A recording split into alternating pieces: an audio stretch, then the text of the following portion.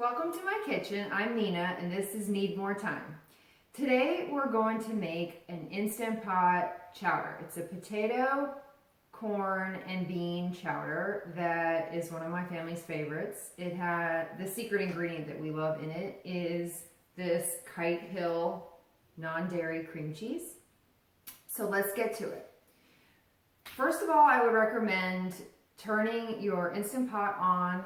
Just press the saute mode while you're prepping your ingredients. I've already prepped everything. Basically, you need to chop up your potatoes, chop up some red bell pepper and some onion, and just measure out your other ingredients. So if you remember to hit the saute button first, when you have everything prepped, you'll be ready to go. So first off, we're going to dump in 3/4 cup of finely diced yellow onion.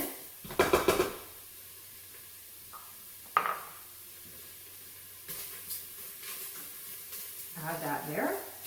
We're also going to add, let's see here, 1 cup of red bell pepper. I use the mini bell peppers because I got them on sale. Put that in there. If you don't have red peppers and you really want to make a soup, you could obviously use green or yellow, orange. It doesn't really matter. I like the red ones, so we're going to use that. Okay, it's been a couple minutes. As you can see, the onions are starting to stick a little bit, so I'm just adding a splash of water. And that actually gets that brown color added to our onions without ever adding any added oil. Now that my onions are browned, which they've been in here just a couple of minutes, now I'm going to go ahead and add that 2½ teaspoons or 5 cloves of garlic to my pot. And then just let this saute for another minute or so.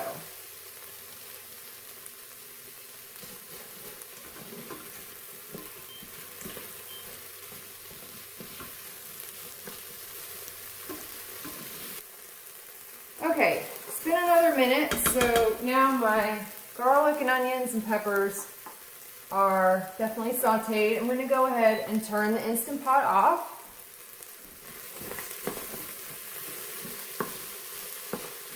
Deglaze the pan just a little bit more here.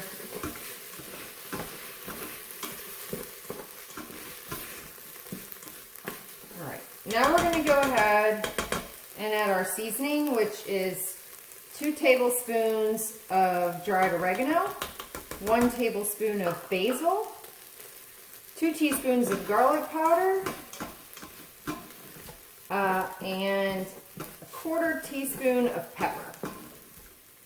I'm not going to add any salt because my veggie broth has salt in it already, and I just think it's better to just taste it once you have your bowl of chowder. If you think it needs more salt, you can always sprinkle a little more on top. Helps to keep the sodium in the meal down.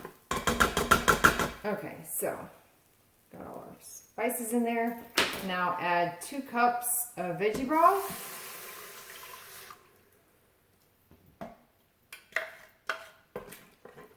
And we're going to add 3 cups of gold potatoes that have already been cubed.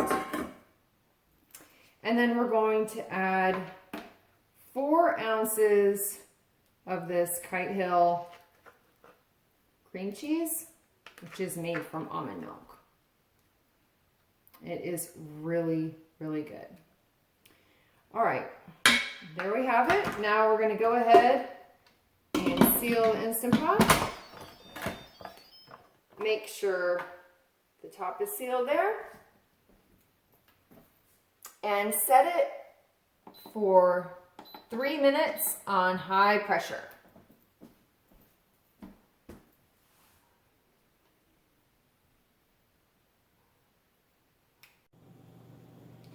Okay, so So the Instant Pot just finished cooking. Once I turned it on, it took 9 minutes to come to pressure, then it beeped, then it cooked for the 3 minutes that I had it set for, and now it just finished beeping. So in all, it only took 12 minutes to actually cook. Now we're going to go ahead and turn it off and release the pressure and open up the pot. So let's go ahead and do that. We're going to just press cancel right here and release the pressure.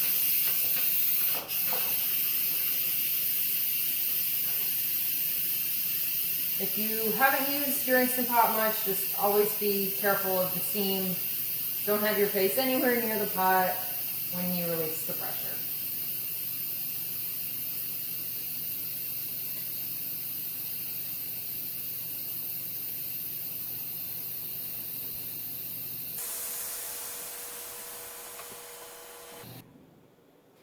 Okay, so now that the pressure has released, go ahead and open up your pot.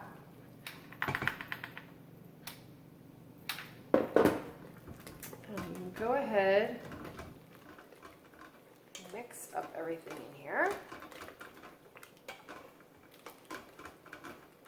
We're going to go ahead and add 2 cups of corn, 1.5 to 2 cups. And then 1 can or 1.5 cups of white beans and 1.5 cups or 1 can of chickpeas. You could use all chickpeas or all white beans if you wanted to. I just decided to use a little of each. And lastly, we're going to add another 4 ounces of the Kite Hill cream cheese.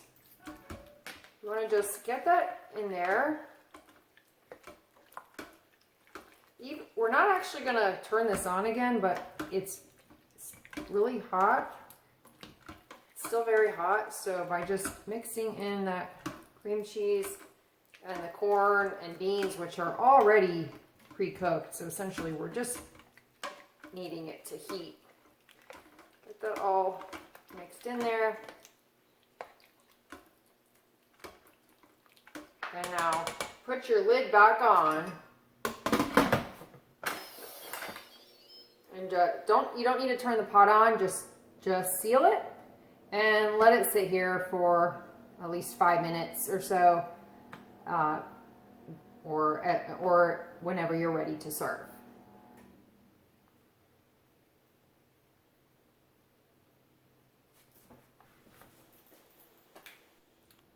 Okay, the soup has been in the pot probably about half an hour actually already, but as long as it's been in there about at least 5 minutes, it's ready to open up. Everything should be warm now. That looks good. Corn and beans and chickpeas and the rest of that cream cheese is now nice and smooth. Just give it a good stir. And then go ahead and serve some here. It's pretty chunky. And then if you like green onions, I like putting a few of those on top. And then some cracked pepper. Check that out. Thank you all today for joining me as I made this potato corn chowder. I hope you will try it. Let me know your feedback, if you think it needs anything else, or if you made any changes to it to make it your own. I'm actually about to take some cornbread out of the oven. I didn't include it in this video, but I promised to make another video specifically for the cornbread. While the Instant Pot was actually coming to pressure and cooking, I was able to throw a favorite cornbread recipe together and get it in the oven. So, you know, even in a short amount of time, you can multitask just a little planning in advance of what you want to make is required, but you can get a lot of home-cooked food in front of your family in a short amount of time. Please subscribe to my channel and you will be updated with any new upcoming videos.